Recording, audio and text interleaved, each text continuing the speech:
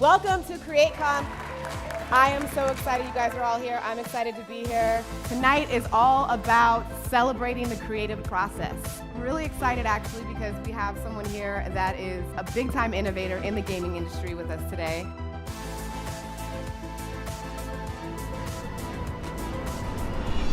So Sally Slade is in immersive gaming development. So she started out doing a lot of visual effects stuff in the visual effects industry. She worked on like Batman versus Superman, Divergent, Godzilla, and a lot of other stuff. These days, she's focused more on VR development. I think Sally is ready. She's getting everything set up. So I'm really excited to bring to the stage my girl, Sally Slade.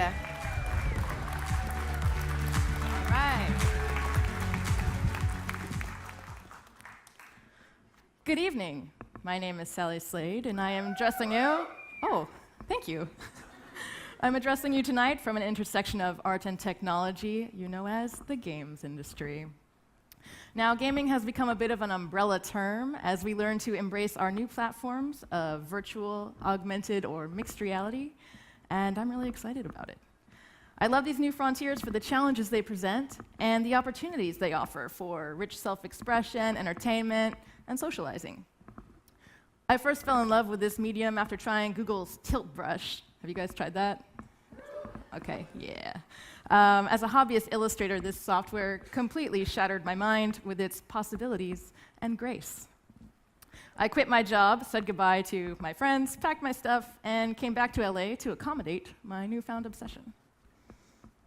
So, VR. It is my hope that many of you are curious about the games industry and its relationship to virtual reality. Who here has tried VR? Yes, my people. Has anyone tried AR? Okay, great. I have to say, HoloLens or Magic Leap, these full HMD ARs, anybody? Okay, well, if you get the chance, give it a shot. It'll blow your mind. So allow me to satisfy any remaining curiosity you may have about this by explaining a little bit about what it looks like from the inside. A day in the life. Like many of you, I start my day by arriving precisely 10 minutes before my first meeting. I launch an army of applications to get me through the day. Unity, Visual Studio, Photoshop, Maya, Spotify, Chrome, SourceTree, Rocket Chat, Beyond Compare, CC Tray, Task Manager. You get the idea. My processor is a busy lady. I'm very grateful to have a beast of a machine at work. But executing this on my personal machine would have been painful. Running all of these processes in parallel is enough of a burden, but interacting with things like holographic capture, undecimated geometry, 8K textures, simulations, hardware emulators, it would be too much for that old machine to take. I would be sunk. I'd be banished to low polygon prototypes, 1K textures, forced to operate under assumptions that if I deployed to the machine, it would just work.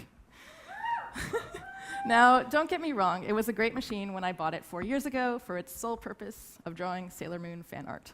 But thanks to the magic of Intel Optane, I am able to create immersive content from anywhere, including this stage. In fact, I am so confident that tonight we're going to try something absolutely nuts. We are going to build 2 types of game environments in 20 minutes, and hopefully inspire you to give it a shot at home once you're through here. So our first style of game will be a side-scroller, something straight out of the 90s. And our second gaming style will be virtual reality, something straight out of tomorrow.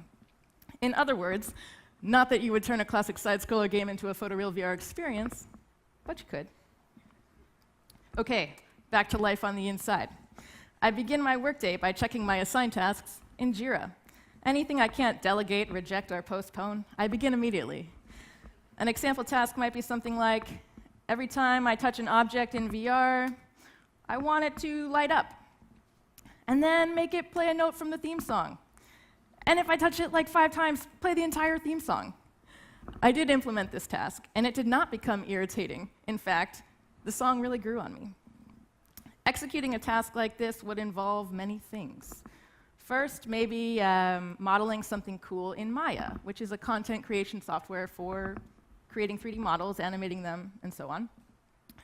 We would then create a sweet texture for that in Photoshop. And I'm assuming you're all familiar with Photoshop. And then we would assemble the object in Unity, which is a game engine. Unity is where all the magic happens, at least for me. This is where we sort of assemble the game, make it move in ways we care about using programming languages and that sort of thing. Speaking of which, we need Visual Studio so we can program. Visual Studio is my editor of choice for writing code. As an aside, the reason these apps are launching so quickly is because I've been working with this Intel Optane memory PC for a few weeks now, and it's learned my behaviors. Normally, I'd have time to grab a cup of coffee or something. Not anymore. Thanks, Intel. Once a task like this is complete, you complete another task, and then another, until the game is done. And if you're lucky, you keep creating games after that again and again and again. So, I wasn't always the brilliant, pioneering AR/VR experience maven standing before you today. In fact, I led a whole other life as a visual effects technical director. I worked on feature films for 2 different award-winning studios, twice supporting over 300 artists, as we made the most shockingly epic hold-on-to-your-butts visual effects on the planet. So how did I get out of VFX and into games? Is all of that, Python scripting, color space wrangling, whiskey drinking, and donut eating really applicable? It wasn't as hard as you might think. It turns out game engines like Unity are incredibly accessible. Just going to pull up Unity here. So, things like Unity are well documented, free to download, and there's an amazing community of artists who are there to support you anytime you get stuck. At the risk of sounding like an autodidactophile, this is all stuff you can learn at home, and I'm going to prove it to you. So, audience, I would like to hear a little bit from you. Please tell me the most iconic video games you can think of. All right. Whoa, whoa. Okay, I've heard a lot of things I like, and most importantly, I've heard several side-scrollers. I heard Super Mario Brothers and then Sonic, sorry, Sonic. So, side-scrolling games. If you're not familiar with the term, it means a game where the action is taking place from the side. So all you have to do, really, is go to the right, and you eventually achieve the goal. So I feel like these games can be pretty beautiful, and I think what makes them beautiful is their parallax scrolling. Is anyone familiar with this term, parallax scrolling? Oh, okay, we're going to learn stuff tonight, guys. So this is based on a traditional animation technique which leverages multi-plane cameras. You see here, multiple planes. So multi-plane camera was first invented in 1926 by the German filmmaker Charlotte Reiniger for her feature film Die Abenteuer des Prinzen Ahmed, although you may be more familiar with the version of this camera created about a decade later by Walt Disney for their film Snow White. Now, using this technique, you split the background into several layers. Here you can see I've got 4 layers going. We've got like a painted backdrop, and then a background, a midground, and a foreground. So as these move across the screen at different speeds, we create this illusion of parallax, or motion, and depth. It's pretty clever, and we're going to leverage it right now to build our first gaming environment. Okay, here we go, Photoshop. I'm going to open my parallax scrolling template. So for this game, I have a friend who's hiking a trail right now from Mexico to Canada. So I'm really into hiking trails. So I would like it to take place on a trail. So who can tell me some things that I would like to see in this, that you would like to see in this game, that you might see on a hiking trail? Audience, give me some nouns. Trees. Okay, I'm hearing trees. Wow, you guys are crushing it. That's enough. Okay, so let's get started. I think someone maybe said the sky, because I'm going to start with the sky. So we're going to do a nice gradient from sky blue to maybe like a muddy, because that trail looked pretty rough, swamp green here. And this device, by the way, is a Cintiq. I'm just using it as an input device. Don't get scared that I'm drawing on my monitor. No big deal. Okay, we've got a nice sky here. I did hear clouds. Cumulus? I'm just going to go with cumulus. Okay. So just going to fluffy clouds. This is the lasso tool. Very handy for these sorts of, displays of strength. Going to try to make them not too stormy. There's enough darkness in the world. Whoops. Okay, there we go. Those look approachable. Okay, I did hear someone say trees. I think the most appropriate place for that would be probably the mid-ground, somewhere between what you'd see far off in the horizon or what you'd see right up close if we were to kind of film this on camera. So I will put them here. Okay, here we go. Sorry guys, but I'm going to make dead trees because they're really easy to draw. And I also feel like their silhouette is fairly dramatic, and I think that plays well to our message of hiking. So, la-di-da. Sorry. Okay, so we're just going to give these a nice sort of brown here. Now, this may not look like much right now. I mean, I will be the first to admit it looks very much like a doodle. But I think you'll find that once we throw it into the game engine and it's in motion, it's pretty breathtaking. Okay, I'm just going to quickly duplicate this layer to save myself some work. Great, these look like trees to me. What about you guys? Yeah, pretty much. The illustrator's coming later, okay? We're gonna just give this a quick outline, to set it apart. Oh, that was nice. I like that dark brown. Yeah, okay. Put that on the outside. Whoa, okay. Something like this. Are you convinced? Thank you. Now, for the background, what are some things you'd imagine you'd see along the horizon? Yes. Oh, I like the birds idea. So we're going to do some mountains and some birds. Let me just...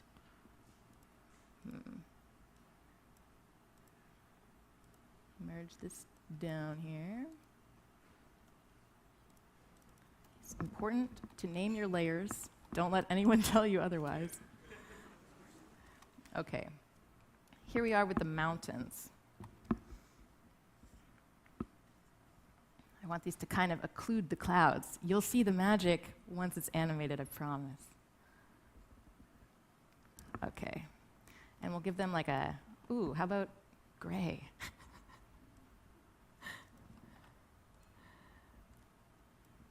Okay, here we go. Now, I'm not sure if you've heard of a tiling texture, but it's an important thing we do to make sure that the texture lines up. So I just shifted them by 50 pixels. It was fast. And here we go. So I'll just put some highlights on these. Now that I know it will tile nicely across the screen. Gorgeous. I'm going to throw a little more on our tree here. No, I'm not. What else might we see? Grass. Oh, I heard tumbleweed. That's adorable. Mushroom. Here we go with the grass. Yes. Now I'm going to make this nice and tall so that it can kind of occlude our player. You'll see what I mean in a minute.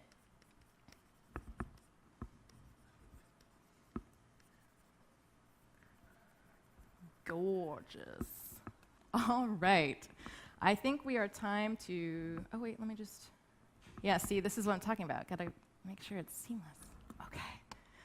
It's time to bring it back into the game engine. So I'm going to export these layers as files. Oh, perfect. We're already in our project. Gonna throw it in here into this painting directory. Okay. Painting. Here we go. All right, so what this is doing now is it's merging all of these files onto its own layer and then saving them out as a PNG to disk. That was fast. I didn't even have time to explain it to you, thanks to the glory of Intel Optane memory. All right, here we go back to the game engine. Boom. See, it just loaded right in because I overwrote the files that were there before. So, magic. So what I'm going to do now is hit play. And nothing's going to happen because we haven't done any programming yet. Who's ready to learn how to code? Yes.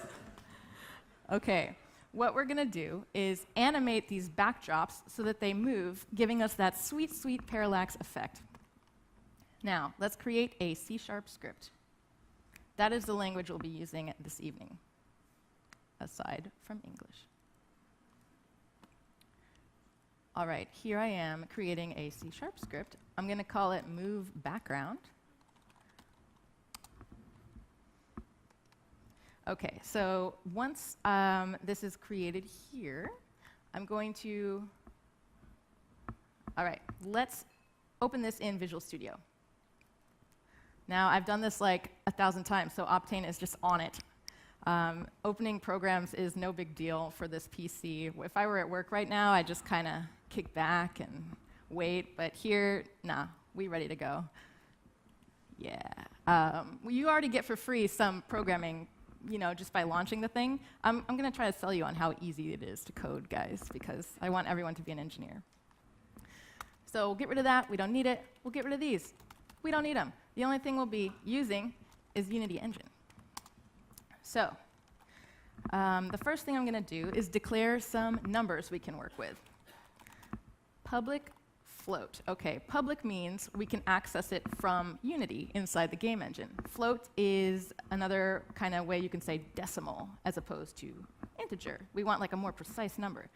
So we're going to call this one distance per frame equals 0.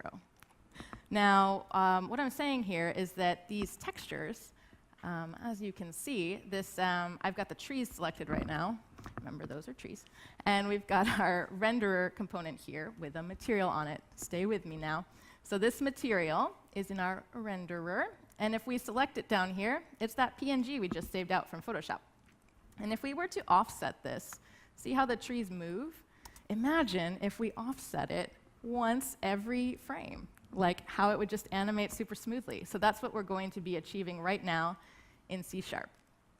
So the distance per frame is how much offset we want to move those trees per frame.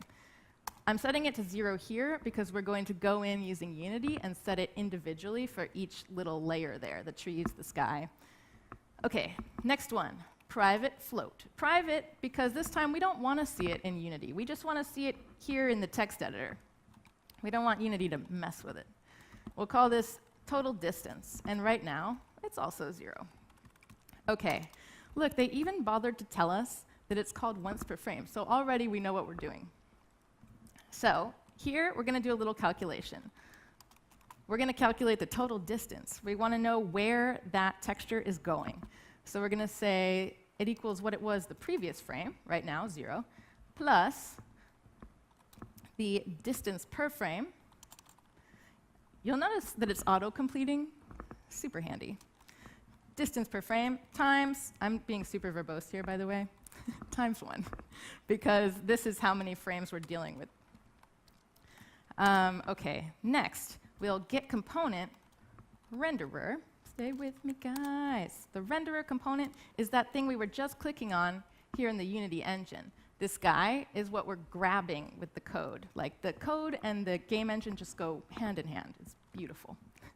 So we've got the renderer. We're going to grab the material, which is the thing that's holding our PNG that we just exported from Photoshop. Now we're going to set texture offset so we can animate that sucker. Look at this autocomplete. May I stop to show you the beauty here? It's even telling me the name of the texture, which is main text. Glorious. And then we're going to move it to the right, because they're side-scrolling to the right, by a factor of our total distance. Not painful, right? OK. Now let's go in here and customize this stuff. So with the principles of parallax, the foreground is going to be moving a lot faster than the background. So we'll start with that, and we'll give it the speediest thing we can do. So we're going to add this component called move background, and we're going to give it a speed of 002. That's pretty fast in, in this world. Okay, now we're going to add the same component here to the midground, and we're going to move that one a little bit slower, 0015. Almost done. Going to move the background here, even slower. And then one more to go, guys. Did I type that right? I did. I did. Okay, last one. Okay, let's move this guy 0. Really slow. All right. Now, when we hit play, you'll see something truly magical. Parallax. Thanks, guys. Thanks.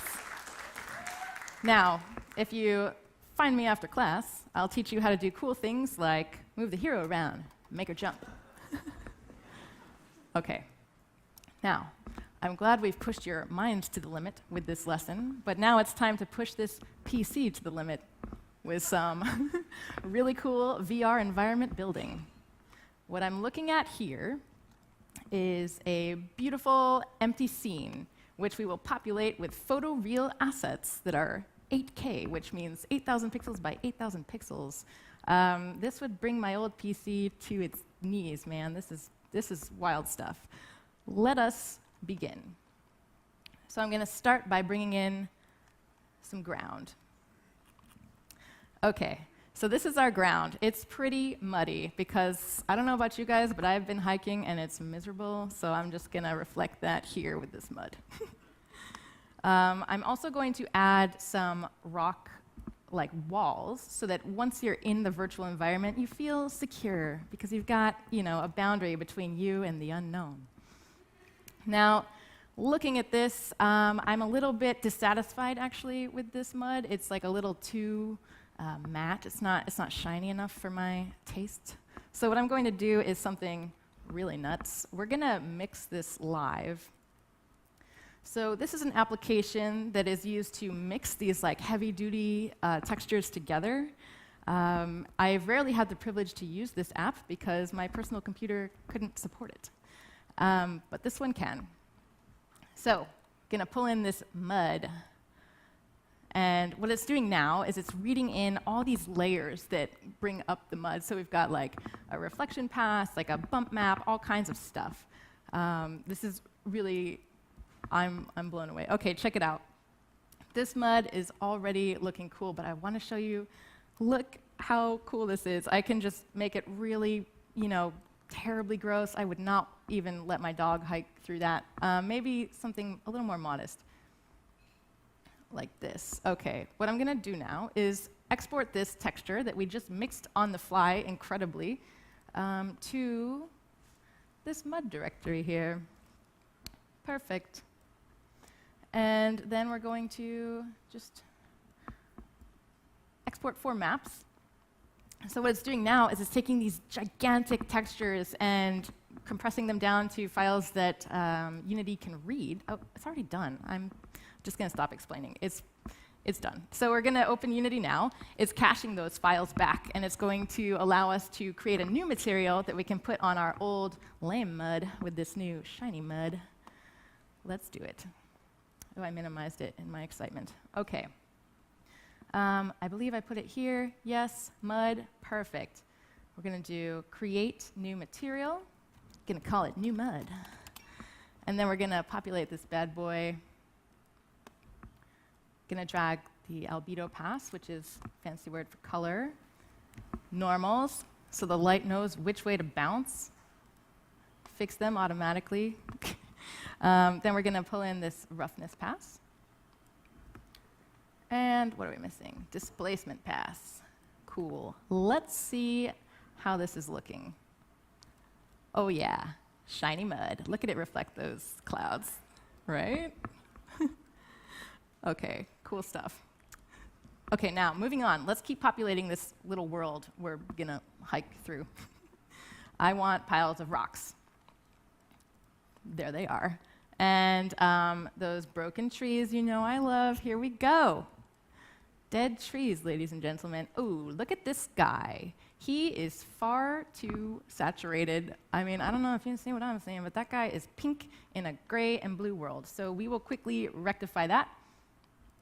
Let's see, we've got a log texture here, an albedo pass that is being very disagreeable, and we will load it into Photoshop and just rectify the situation. Okay, I'm just going to take this down several notches, put it in our nice blue-green palette. Okay, way better, right? Now, this should instantly just pop in. Gorgeous, right? Satisfying, right? Okay, so now let's see if we want to add anything else to this little world. We've got our, okay, tree foliage, yes, okay. And that gives us like these sort of gorgeous little leaves. These are all photos that were taken by human beings, by the way. They just went out into the woods and took these with high-end cameras, and now we get to toss them around in the game engine like they're like tiny little files, but they're huge. Okay, and vegetation. Look at all this stuff I just threw into the mud, guys. This is a lot of data. Okay, now this is the sort of, for me, this is like a big deal. We're going to build the game, and I don't know if you know much about, game making, but building the game is the most tedious, long-taking process there is. So we're just going to build that. So normally this is the point at work where we're all just like, yes, it's time to go to Starbucks or whatever. I personally took up origami to sort of kill this building time. So if anyone would like to learn how to fold the Blade Runner unicorn, I'm here for you after this show. But that's not all we do. I mean, that was not very popular. People didn't really have the paper on hand all the time. So what our lead engineer did is teach us all how to juggle. So now, I mean, there's always tangerines and crafty, and now a couple of us have like our own juggling ball setups at work. So I personally can do 3. There's like a modeling artist, he can do like 5, and we're all kind of like, damn it, Sam, like stop showing off. But it's a way to pass the time, a way that we don't really have to experience today because this progress bar is just blazing. Like I cannot contextualize this for you enough, how fast this is. Okay, it's done. I had another anecdote too. Okay. Now, let's open this build, and what I'm going to show you is the VR environment we just made live on stage. So you'll see if I don my headset, I'm in the VRs looking around at my photoreal environment. I've got my sky, it's nice, I'm really impressed, and I think we can all agree that what we've achieved here in 20 minutes live on stage was pretty remarkable. So thank you, Intel Optane Memory, for your excellent performance.